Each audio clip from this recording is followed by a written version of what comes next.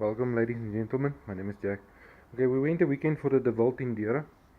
That was my starting number. Your race number is also your starting number. Um, it was quite a fun race. The only thing I was annoyed with was with the registration early in the morning. That part of the whole thing, it was all bugger up. It took a long time to register. But other than that, it was a very, very good race. I spoke to the organizers and I told them it doesn't help them. They put a small ad in a magazine and say on the 27th there's a Enduro race. And I say yeah, but we're on Facebook. Not everybody is always on the damn phone. So that's something. It's bad business. Um, when they advertise stuff, I told them advertise it properly. Even there were some pro riders behind me. A guy called Brett Smith. Very, very nice guy. Even him, he was annoyed because I registered for a race and that race got cancelled and they came all the way to where I stay and it's quite far. And we all had to queue and there wasn't enough entry forms. So I told the guy, just print some more forms. You know, it was a struggle with those people at the beginning first. First they didn't have keys to open the gate and it was just a mess. But other than that, it was a good event. It was a 200-kilometer race. It was 7 laps, and 7 laps for the lemon and herb, and the other one was called peri peri race. And for the peri peri, I didn't have front brakes, so I couldn't do it. What happened? A third of the way in, it was very dusty.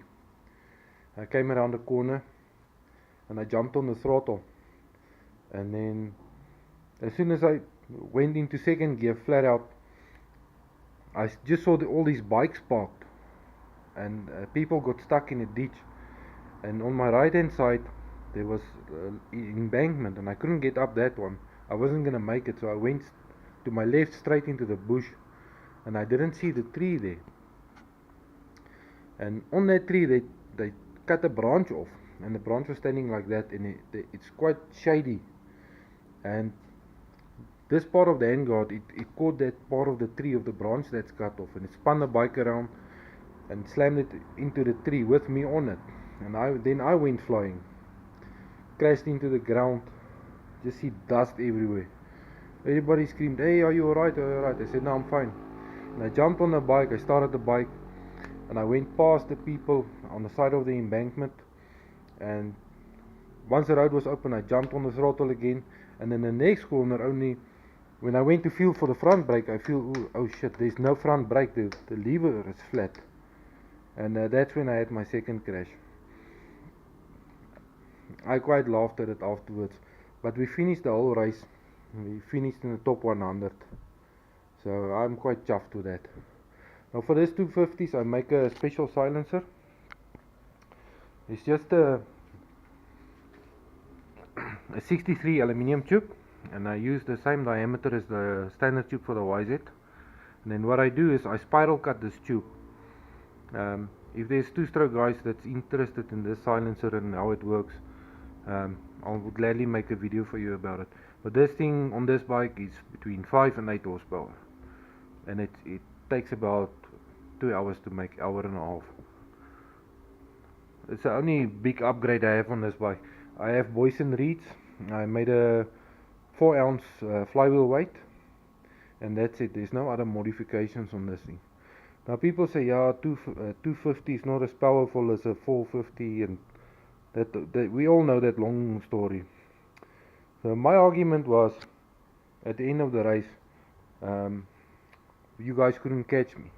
It's not about the 450 or how new your bike is. It is, it's more what you can afford. If you can afford a 450, there's nothing wrong with a 450. But what I saw in that race also, there was a lot of 4-strokes. The bikes didn't want to start, even though it's new bikes. They battled to start, and this 2-stroke, one kick and off you go. So if you're gonna get into racing, I would recommend this Yamaha or something similar. The RM250 is more a motocrosser. I wouldn't recommend that for Enduro racing. But the KDX, KX and the Yamaha, but I prefer the Yamaha. We had the KTM also. The KTM steering, that thing doesn't agree with me. So this Yamaha, trustworthy. I never had major breakdowns with this, no piston seizures or something funny like that. Okay, let's talk about riding gear quickly. Riding gear, what I would recommend is this Liat knee brace. These things are quite good. They're not overly expensive and very good quality. Next thing is this body armor. This is worth the money. Now a lot of times people will say, okay, it's good and well, but the body armor is very hot. It's a good thing that it is hot, especially when it's very hot.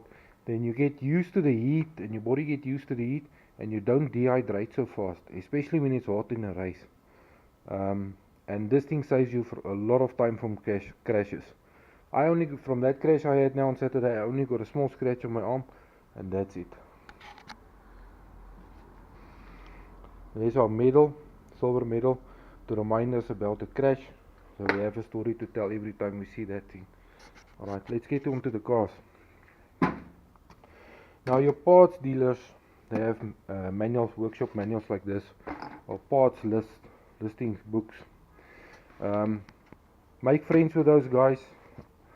If you make friends with them, then ask them for some of the older books, because these are good resources for when you're going to modify. You can find good quality forged pistons in these books. Then you don't have to buy overly expensive pistons. That's what I do usually. This is Isuzu piston. We're going to use that piston on the SR20. This is a forged piston, and we're going to get a good quality set of rings. We're going to buy the KS piston and a good quality set of rings, and then we only a third of the way in for the same price for a set of expensive forged pistons. And we have a good quality piston, we have a nice diesel supercharger, and we can spend money somewhere else on the engine where we save money. This is actually a Honda VTEC piston, this one. They also use it on the SR20. A guy brought this to me. He said, yeah, his machinist is going to use this piston. I said, why is he going to use this? Because the standard SR20 pop-up piston is actually a better piston than this, and it's cheaper than this piston. So he went with that piston that I gave him instead of this, because this is actually a lower compression piston, and it wasn't going to work for his engine. Now another thing you'll see for turbo cars, you see this groove in this piston here. You don't want that for a turbo engine. Even on the oil ring, if you see there's a groove or a slot in that, you don't want that for turbo. Once you get into boost, this thing and the piston gets hot, this thing actually compresses and it seizes the rings onto it. Now this is a 327 chef piston. You can see the marks here on this. Right, this marks is actually improper boring. They bored the block, and then when they honed the block, they didn't hone it deep enough. They only honed halfway, and then the piston seized on the bottom. And the guy bored the block without having a piston. That's a big no-no. You never bore a block without having a piston. You must have a piston when you rebore the block. People who do that other way around, it doesn't work. Right. Then a guy brought this piston to me. He said, yeah, the engine detonated. This is not detonation. This is actually a blown gasket. You see this marks here? That's water. It's water that burned it like that. And then you'll hear the engine ping or making a knock noise. This is the cause of it. And then another thing is, let me just get another piston here. This is a Honda VTEC engine I built years ago in 2010. The guy sold this car to someone else, and then they brought this engine to me to rebuild it. And I said, yeah, I know this engine because I found the engine number in my book. And when I saw this piston, I knew exactly what it was. This is the engine I built in 2010.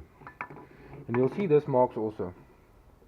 And they said, yeah, no, it was oil seizure, and the guy told him it's this and that. It's not. This is water.